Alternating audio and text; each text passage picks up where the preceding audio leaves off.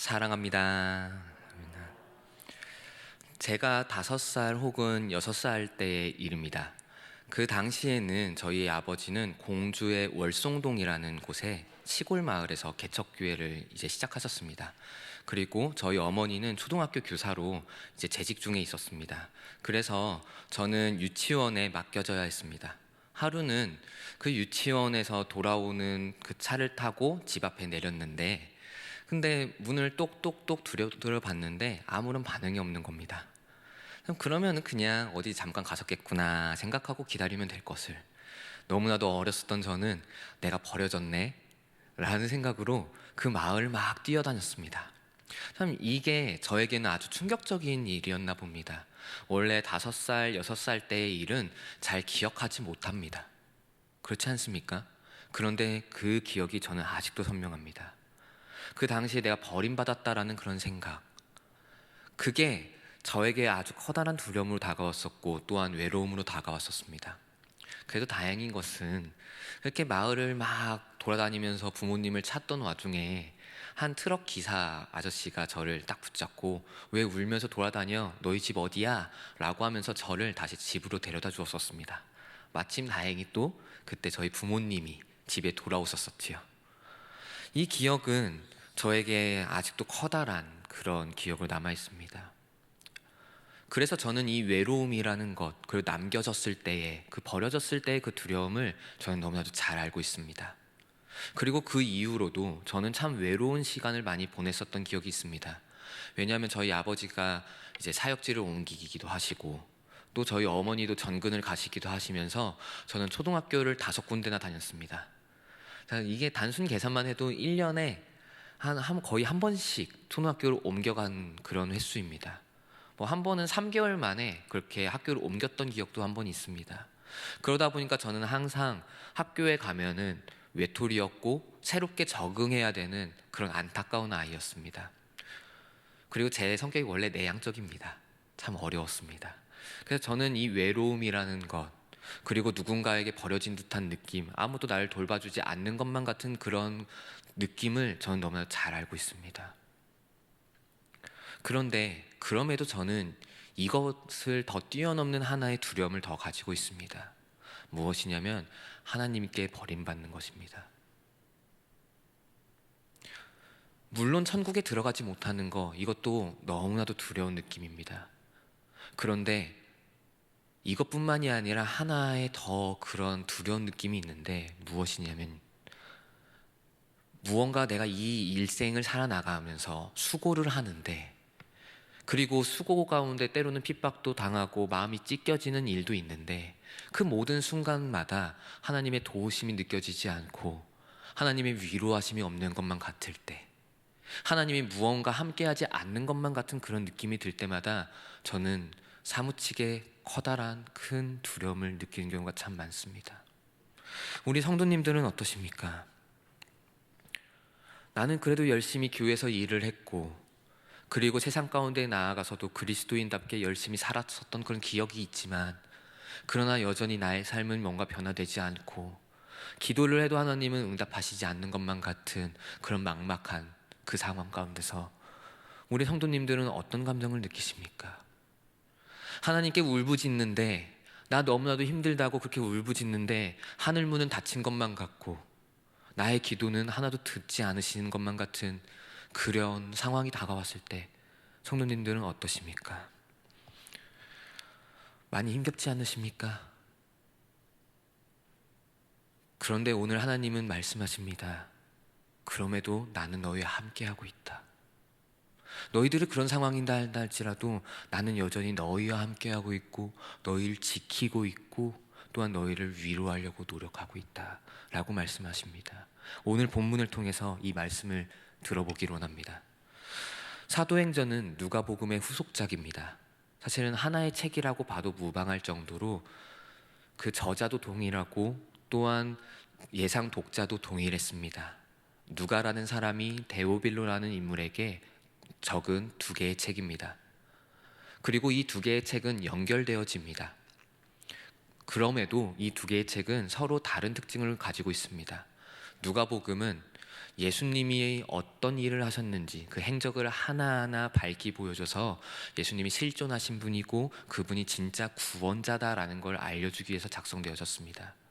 그리고 사도행전은 그 예수님께서 부활하고 승천하신 뒤에 그 남겨진 제자들, 예수님의 제자들이 어떻게 수고했고, 그리고 수고한 제자들을 통해서 하나님께서 교회를 어떻게 세워나가셨는지 그걸 기록하고 있는 것이 바로 사도행전입니다. 그렇기 때문에 서로 두 개의 책은 조금은 다른 느낌은 가지고 있습니다. 그럼에도 분명한 것은 이 두 개의 책은 연결되어집니다. 그리고 오늘 읽은 본문이 바로 그 연결 짓는 아주 중요한 구절입니다. 여기서 먼저 누가복음을 요약합니다. 뭐라고 하고 있냐면은 예수님께서 행하시며 가르치신 것을 시작으로 승천하신 날까지 성령님의 인도하심을 따라서 제자들에게 명령한 것을 기록했다고 합니다. 이게 누가복음입니다. 그리고 부활하신 후에 40일 동안 제자들을 만나 주사 그 제자들에게 말씀하신 것을 기록했다라고 이야기하고 있습니다. 바로 이 부분, 특별히 오늘 주로 살펴볼 부분은 부활하시고 승천하시기 전까지 그 40일 동안에 말씀하신 것을 유익 있게 살펴볼 것입니다. 그리고 이것이 있었기 때문에 사도행전에서는 수없이 많은 기적과 역사가 일어났습니다. 이 40일간 있었던 말씀, 이것도 단순하게 간단하게 요약을 하자면은 무엇이었냐면 예루살렘에 모여 있어서 아버지께서 약속하신 것을 기다리라입니다. 그리고 예수님께서 말씀하신 그 약속, 이것이 임할 때, 그것이 임할 때 권능을 받아서 예루살렘과 온 유다와 사마리아와 땅끝까지 이르러 복음을 전할 증인이 된다라고 이야기합니다. 자, 그럼 이 약속이 무엇이었을까요? 그것은 성령으로 세례받는다라는 것을 이야기합니다. 이것이 바로 예수님께서 말씀하신 아버지의 약속이었습니다. 이제 예수님으로 초점을 넘겨보겠습니다. 왜 예수님은 부활하신 뒤에 제자들을 만나서 이런 말씀을 다시 한번 이야기해 주셨을까요? 왜 다른 약속도 아니고 성령님을 기다리라 라고 말씀을 하고 계셨던 것일까요? 예수님은 제자들을 선택하셨고 3년 동안 훈련시키셨습니다. 그 가운데서 이 훈련의 모든 내용은 하나였습니다. 복음을 전할 전도자요. 그런 자들로 제자들을 만들기 위해서 예수님은 여러 가지로 훈련시켰습니다. 때로는 복음을 전할 수 있도록 직접 파송도 보내주시지요. 그러면서 이제 제자들에게 마지막에 명령하신 내용이 하나가 있었습니다. 너희들은 나의 증인이 되라. 그런데 예수님은 아셨습니다. 본인이 승천하신 다음에 이 땅에 남겨져 있어야 될 그 제자들의 삶이 어떠할지 알았습니다. 한번 마태복음 10장 16절 17절 한번 보도록 하겠습니다. 보라, 내가 너희를 보냄이 양을 이리 가운데로 보냄과 같도다. 뭐라고 합니까? 내가 너희들을 보내는 것이 이리 가운데로 보내는 것과 같다라고 말씀하십니다. 이 상황은 예수님께서 제자들을 훈련시키기 위해서 복음을 전할 수 있도록 파송 보내는 그런 장면입니다. 보낼 때 뭐라고 하신 거냐면은 이리 가운데로 보낸다라고 합니다. 양을요. 양이 이리 가운데 있으면 어떻게 됩니까? 양들이 달려들어서 다 갈갈이 찢어 먹습니다. 아픕니다. 핍박을 당합니다. 죽어나갑니다.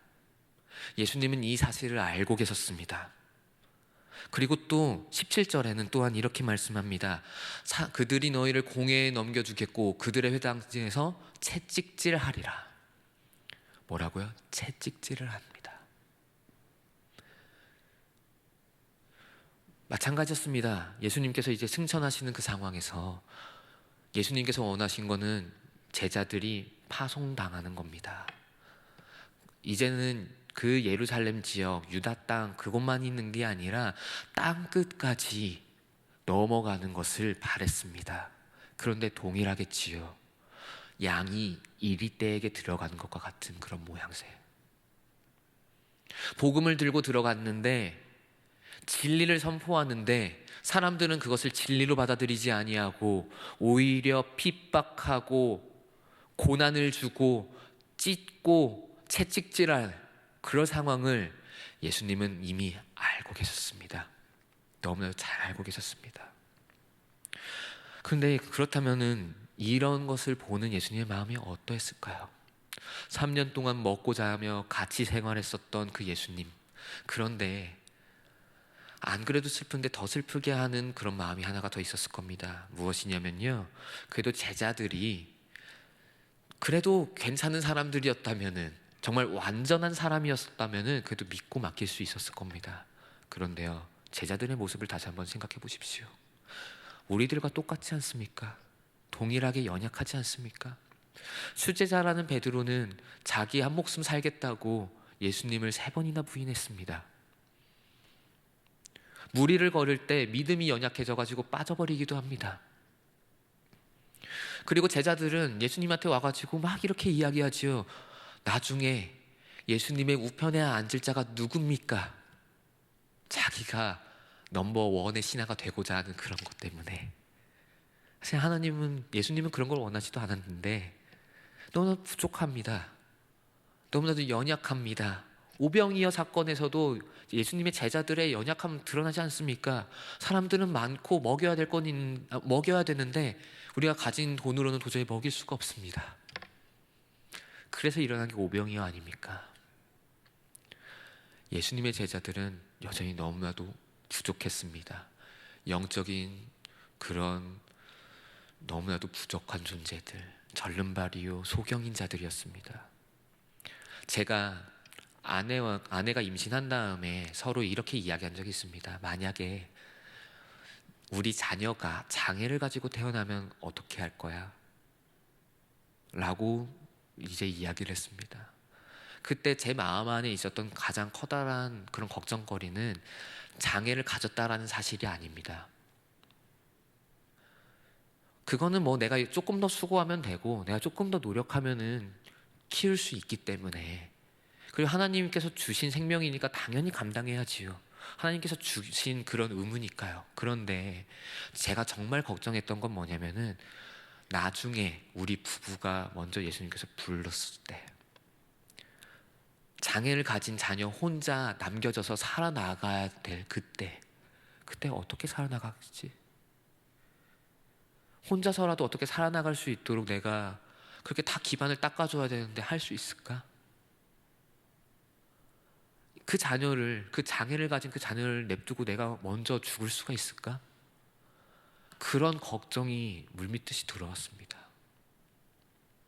저는 이 마음이 예수님의 마음과 동일하다고 생각합니다. 여전히 우리가 너무나도 연약해서, 영적인 장애를 가져서 매번 넘어지고 매번 절뚝거리고 매번 넘어지고, 그러면서 영적인 소경이어서 또 깨어서 기도도 못하고, 그런 너무나도 부족한 존재라서 예수님께서 그 파송을 보내는데, 증인으로 살라고 제자로 살라고 파송을 보내는데 그것을 쉽게 보낼 수 있었겠습니까? 참 어려웠을 겁니다. 일대로 들어가는데 무기 하나는 쥐어줘야 되지 않겠습니까? 그래서 예수님은 무기를 하나 주십니다. 마태복음 10장 19절 한번 보겠습니다. 19절 20절인데요 여기서 이렇게 말하고 있습니다. 너희를 넘겨줄 때 어떻게 또는 무엇을 말할까 염려하지 말라. 그때 너희에게 할 말을 주시리니 말하는 이는 너희가 아니라 너희 속에서 말씀하시는 이 곧 너희 아버지의 성령이시니라. 아멘. 하나의 무기가 주어졌습니다. 바로 성령님입니다.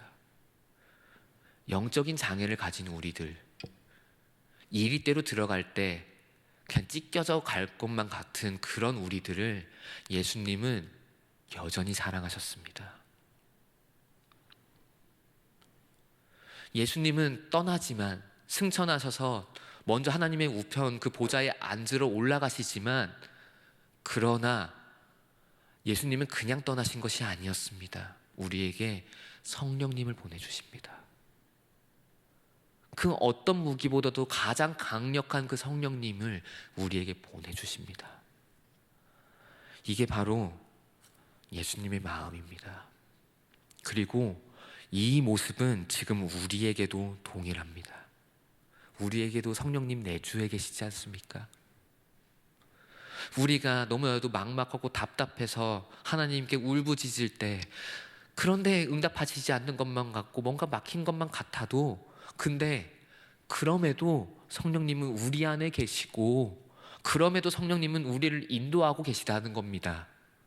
우리가 복음을 전하러 나아갔을 때 찢겨나가고 마음이 막 갈갈이 막 찢겨가지고 무너져 내려감에도, 그럼에도 성령님은 우리와 함께 계시고 우리들로 하여금 그리스도인답게 살아나갈 수 있도록, 예수님의 제자답게 살아나갈 수 있도록 하고 계시다는 겁니다. 단지 우리가 느끼지 못하고 있는 것뿐입니다. 그렇습니다. 우리가 그리스도인답게 산다는 것은 진짜 어렵습니다. 맞습니다. 매번 시간 내서 헌신해야 되고, 때로는 비난을 감수하기도 해야 되고, 때로는 무릎을 꿇어야 될 때도 있습니다. 때로는 내 인생을 팽개쳐고 하나님께 모든 걸 바쳐야 될 때도 있습니다. 그리고 때로는 실수하기도 합니다. 때로는 넘어지기도 합니다. 연약해서 말을 실수하기도 하고 행동을 실수하기도 합니다.